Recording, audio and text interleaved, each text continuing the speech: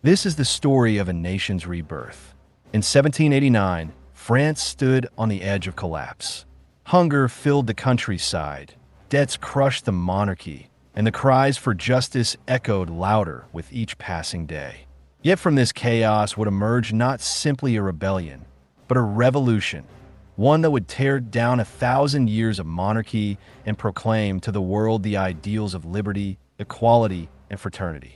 This is the story of the French Revolution, the birth of modern France. To understand why this revolution shook not only France but the entire world, we must first step back into the crumbling foundations of the Ancien Regime, the old order that had ruled France for centuries. Beneath the glittering palaces of Versailles and the image of royal power, France was rotting from within.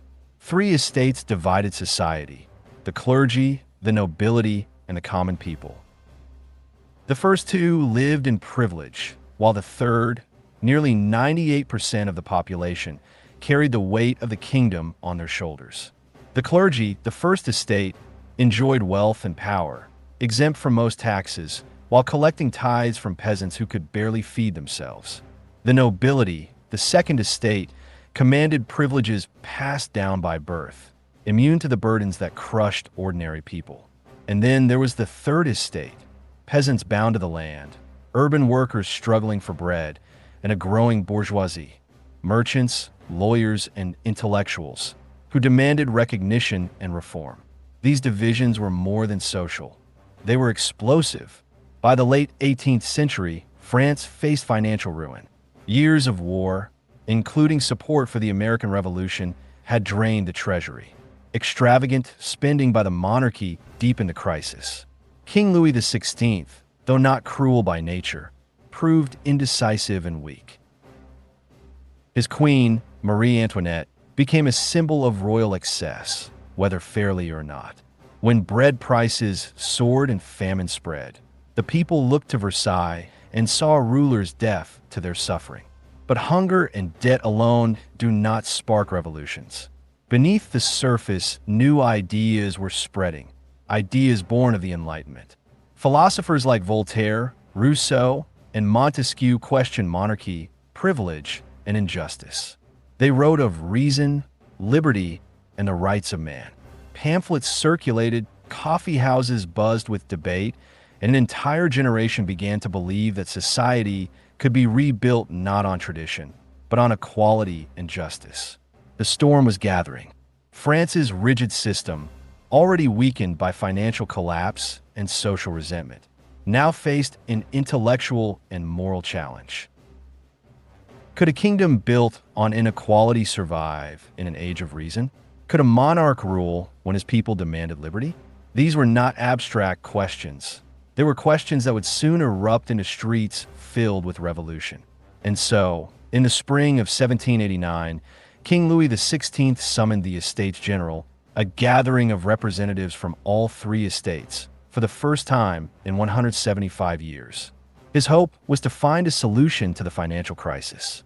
But instead, he opened the door to political upheaval. What began as a meeting to raise taxes would soon become a struggle for sovereignty, the very question of who held power in France. The stage was set. The world was about to witness one of the most dramatic and transformative events in history. The French Revolution was not simply the fall of a king. It was the birth of a new political age, an age that would inspire, terrify, and forever alter the destiny of nations. When the Estates General convened in May 1789, hope and tension filled the air. For the king, it was a chance to solve a financial crisis. For the Third Estate, it was a chance to demand justice. But the gathering quickly revealed the deep fractures within French society. The clergy and nobility expected business as usual. The commoners, however, were determined to change the very rules of the game. Voting was the heart of the conflict. Traditionally, each estate voted as a single body, meaning the clergy and nobility, though far smaller in number, could always outvote the commoners 2-1. But the Third Estate demanded voting by head, so that every representative's voice would count. The deadlock hardened. For weeks, the Estates General became a stage of frustration, where speeches echoed, but no solutions emerged. Then, in June 1789, the representatives of the Third Estate took a daring step. Excluded from their meeting hall, they gathered in a nearby indoor tennis court. There they swore an oath, a vow never to separate until they had given France a new constitution. This moment, known as the tennis court oath, transformed protest into revolution. It was a declaration that sovereignty no longer rested with the king, but with the people. King Louis hesitated. He attempted compromise, then repression, then retreat. Troops were stationed around Paris, fueling fear that force would soon crush the movement. But on July 14, 1789, the people acted first. A crowd stormed the Bastille, the medieval fortress that symbolized royal authority and arbitrary imprisonment. They freed prisoners, seized weapons, and tore down stone by stone the emblem of despotism. The French Revolution had begun with thunder. The fall of the Bastille electrified the nation. Across the countryside, peasants rose up in what became known as the Great Fear. Rumors spread that nobles were plotting to starve or punish the poor. Villagers attacked manors, burned records of feudal dues, and demanded freedom from centuries-old oppression. The old order was trembling. The revolution soon reached the halls of power. In August 1789, the National Assembly, born from the defiant Third Estate, abolished feudal privileges. Then, in a moment of historic significance, it issued the Declaration of the Rights of Man and Citizen. Inspired by Enlightenment philosophy and America's Declaration of Independence, it proclaimed that men are born and remain free and equal in rights. Sovereignty rested with the nation, not the king. These declarations lit a fire of hope, but also of fear. To many nobles and monarchs across Europe, France had opened Pandora's box. If kings could be challenged in Paris, what of Vienna, Berlin, or London? The revolution was no longer a French affair alone. It was becoming a European storm. Meanwhile, the king's position weakened further. In October 1789, thousands of women marched from Paris to Versailles, demanding bread and confronting the monarchy directly. They forced Louis XVI and his family to return to Paris, effectively prisoners of their own people. The center of power shifted. The revolution was no longer symbolic. It was living, breathing, and unstoppable. The years that followed were filled with both triumph and tension. Reforms reshaped society, abolishing feudal dues, secularizing the state, and attempting to draft a constitutional monarchy. But beneath the progress lay uncertainty. Could a king coexist with a sovereign people? Could liberty survive without order? The revolution had been lit, but its future was still unknown. By 1792, the revolution had entered dangerous waters. What began as a struggle for reform had turned into a battle for survival. Inside France, monarchists and revolutionaries fought for control. Outside, the crowned heads of Europe watched in alarm. To them, France was a virus, a disease of rebellion that might spread beyond its borders. They would not let it go unchallenged. In April 1792, revolutionary France declared war on Austria, soon joined by Prussia. The gamble was immense. The revolutionaries hoped war would spread their ideals and unite the nation. Instead, disaster struck. French armies, disorganized and poorly led, suffered humiliating defeats. Rumors spread that the king himself conspired with the enemy. Trust between crown and people collapsed completely. In August 1792, anger erupted in the streets of Paris.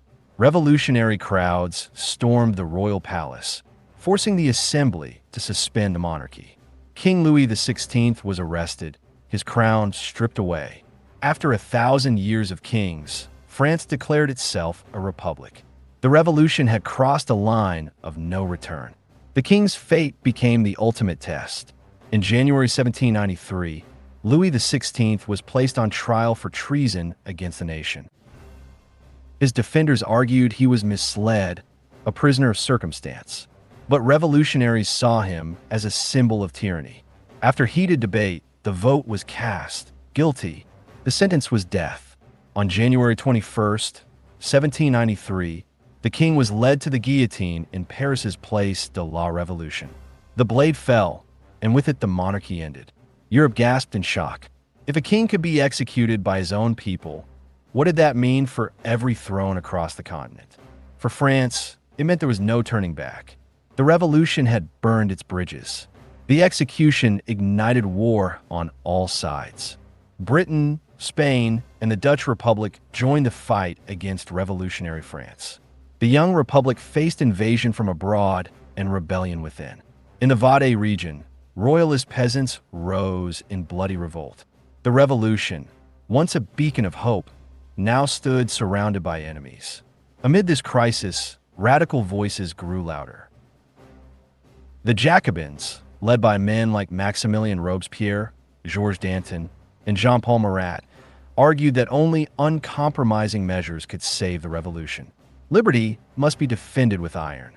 In 1793, the Jacobins seized control of the government, establishing the Committee of Public Safety. Its mission: protect the Republic at all costs.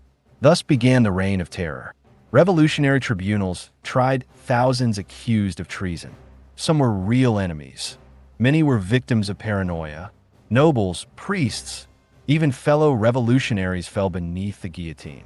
Marie Antoinette, the once glamorous queen, was executed in October 1793. The blade showed no mercy. Robespierre and the Jacobins believed terror was not cruelty, but justice. Prompt, severe, inflexible. They claimed that without fear, liberty would perish. Under their rule, France mobilized for total war. Every citizen was called to defend the Republic. Remarkably, the armies of France, once faltering, began to turn the tide against Europe's monarchies. Yet, victory abroad could not silence fear at home. The guillotine continued its work in Paris, taking lives day after day. Danton, once a hero, was executed. So too were many moderates who dared to question Robespierre's rule. Even the revolution began devouring its own children. By 1794, the revolution seemed trapped in a paradox. It fought for liberty, yet ruled through terror. It claimed to defend the people, yet filled them with fear. Robespierre's vision of virtue through terror grew unbearable. In July 1794, he himself was arrested and sent to the guillotine. The terror ended as suddenly as it had begun. The fall of Robespierre marked the end of the revolution's most radical phase. France remained a republic, but exhausted, scarred, and searching for stability. The ideals of liberty, equality, and fraternity had survived, but at a terrible cost. The revolution had reshaped France forever, yet its story was far from over. The terror had devoured its children. In July 1794, Maximilien Robespierre, the man who had declared himself the guardian of virtue, was dragged to the guillotine by those who once cheered his speeches. With his death, the blood-soaked chapter of the revolution ended, but France was left weary, fractured, and uncertain. The ideals of liberty, equality, and fraternity had survived, but they were scarred by violence. Now, the revolution entered a new phase, one of instability, corruption, and the quiet but steady rise of a young Corsican general named Napoleon Bonaparte. The fall of Robespierre unleashed a wave of relief across France. The streets of Paris erupted with celebrations. People tore down the symbols of the terror, and political prisoners were freed. Yet, this was not the dawn of true stability. Instead, power passed into the hands of moderates who promised peace but delivered little. They established a new regime called the Directory in 1795, a government of 5 directors intended to prevent both tyranny and mob rule. On paper, it looked like a balance of power. In practice, it became a breeding ground for corruption, inefficiency, and constant conspiracies. The Directory struggled from the beginning. France was still at war with much of Europe, its economy shattered by years of revolution and inflation. Bread remained scarce, and hunger stalked the poor in the streets of Paris. Meanwhile, the directors enriched themselves, buying luxury estates and silencing their critics. The revolution, once fueled by ideals, now seemed poisoned by greed. Disillusionment spread across every class of society. Monarchists dreamed of restoring the old regime. Jacobins longed for a return to radical equality. And ordinary citizens simply wanted peace, food, and security. It was in this atmosphere of uncertainty that Napoleon Bonaparte emerged as a figure of destiny. Born in Corsica in 1769, Napoleon had risen quickly through the ranks of the Revolutionary Army. In 1795, when royalists threatened to march on Paris, the young general was called upon to defend the government. With ruthless efficiency, he ordered cannon fire into the crowds, scattering the insurgents. A whiff of grape shot, as it came to be known, saved the Directory and made Napoleon a hero to its leaders. For the first time, his name carried weight in the halls of power. Napoleon's brilliance shone brightest in the Italian campaign of 1796. Given command of the Army of Italy, he transformed a starving, poorly equipped force into a victorious machine. Through daring maneuvers and relentless energy, he defeated Austrian armies again and again, forcing them to the peace table. His victories electrified France. Newspapers praised him as a genius, a savior, even a modern Alexander the Great. For a nation weary of political squabbles, Napoleon represented something new: discipline, order, and glory. But ambition knows no rest. In 1798, Napoleon set his sights on Egypt, hoping to strike at British trade routes and carve out an empire in the East. The expedition was a mixture of triumph and disaster. His soldiers won stunning victories on land, but the French fleet was destroyed by Admiral Nelson at the Battle of the Nile. Cut off from France, Napoleon nevertheless returned home in glory, leaving his army stranded. By then, he had learned the greatest lesson of politics: perception often matters more than reality. By 1799, France was exhausted. The Directory was despised, the economy still fragile, and the wars unending. The stage was set for a man of action, someone who could promise stability and strength. On November 9th, 1799, 18 Brumaire in the revolutionary calendar, Napoleon struck. Backed by loyal troops, he marched into the chambers of government, dissolved the Directory, and declared a new regime, the Consulate. France, after a decade of revolution, was once again under the rule of a single man. But this time, it was not a king born of ancient bloodlines, but a soldier who had risen through merit and ambition. The revolution had not died, but it had transformed.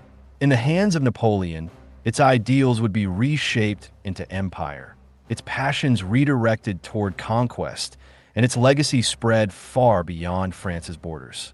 The people who had cried for liberty now embraced order. The nation that had executed its king now crowned an emperor. Such was the paradox of the French Revolution. It destroyed an old world, but in doing so, it created a stage for a new master of Europe. The coup of 18 Brumaire had ended the revolution as France had known it. When Napoleon Bonaparte seized power in 1799, he promised stability, prosperity, and an end to the chaos that had plagued the nation for a decade. At first, he was not a monarch, but the first consul, a leader who claimed to embody the spirit of the revolution while offering strong, centralized authority. For a weary people, this was enough. Liberty had brought them blood, equality had brought them hunger, but Napoleon offered order. And order, in 1800, felt like salvation. As first consul, Napoleon transformed France. He reformed taxation, balanced the budget, built roads and canals, and modernized education. The Napoleonic Code, introduced in 1804, became his most enduring legacy. A uniform set of laws that guaranteed equality before the law, protected property, and secularized the state. Though he silenced dissent and censored the press, he created a government that worked, a stark contrast to the chaos of the revolution. Even his enemies admitted, he gave France efficiency where once there was only turmoil. But Napoleon was never content with ruling France alone. In 1804, in a ceremony in Notre Dame Cathedral, he crowned himself Emperor of the French. The symbolism was unmistakable. He rejected the authority of the Pope, declaring that his power came not from God or tradition, but from his own genius and the will of the people. The revolution had killed a king, yet within 15 years, an emperor now sat on the throne of France. It was both a betrayal of the revolution and its ultimate fulfillment, a new ruler rising not by birth, but by talent and ambition. From 1805 onward, Napoleon's armies thundered across Europe. At Austerlitz, he crushed the combined might of Austria and Russia in what he called his perfect battle. At Jena and Auerstedt, he humbled Prussia. By 1807, nearly all of continental Europe was under his sway. Crowns toppled, dynasties fell, and the map of Europe was redrawn under French domination. To his followers, he was a genius who spread the ideals of the revolution across the continent. To his enemies, he was a tyrant in the guise of a liberator. Yet ambition breeds enemies. Britain, ever defiant, blockaded France and supported coalitions against him. In 1812, Napoleon launched his most daring gamble, the invasion of Russia. With over 600,000 men, it was the largest army Europe had ever seen. But the campaign ended in disaster. The Russians retreated, burning their own lands, until the French army was swallowed by the endless snows of winter. Of Napoleon's grand army, barely a fraction returned. The myth of his invincibility was shattered. 2 years later, at Leipzig, the Battle of Nations, the combined forces of Europe finally defeated him.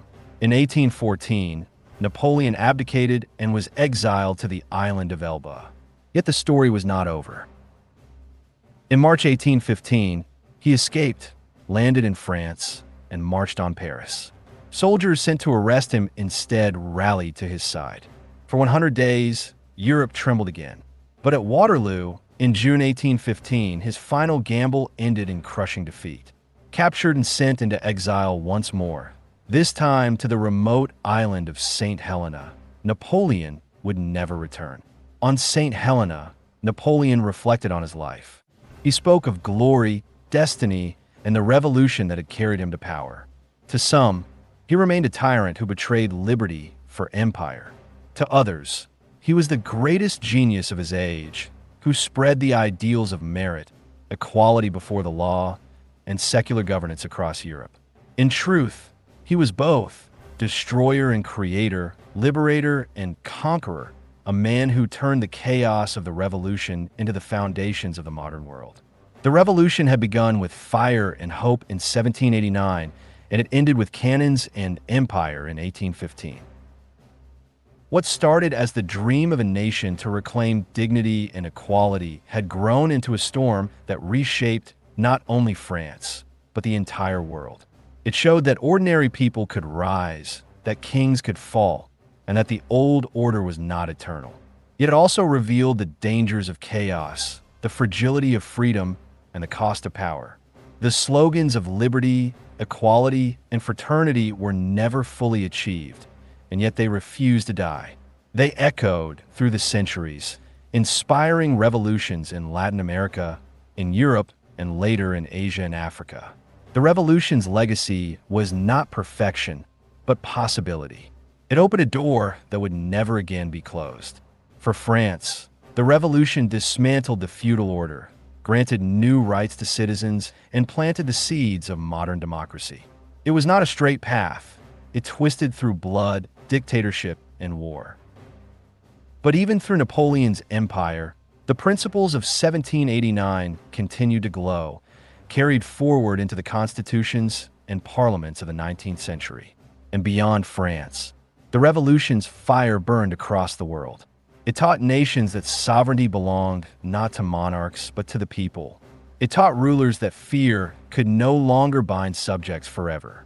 It taught humanity that once awakened, the desire for dignity and justice could not be silenced. The French Revolution remains a paradox. It gave birth to both freedom and terror, to both hope and despair. It elevated the human spirit, but also showed its darkest depths. Perhaps that is why it continues to fascinate us today, because it was not a story of angels or demons, but of human beings, flawed, passionate, and determined to change their destiny. As we look back more than 2 centuries later, we see the revolution not just as France's birth, but as part of humanity's long journey toward justice. It was the beginning of an unfinished story, one that continues wherever people demand rights, wherever citizens challenge power, wherever dignity is defended. The revolution began with a question: could a people change their fate? Its answer was written in blood, in laws, in dreams, and in songs. And though history has moved forward, that question still lingers in our own time. Can we, in our own age, live up to the promise of liberty, equality, and fraternity?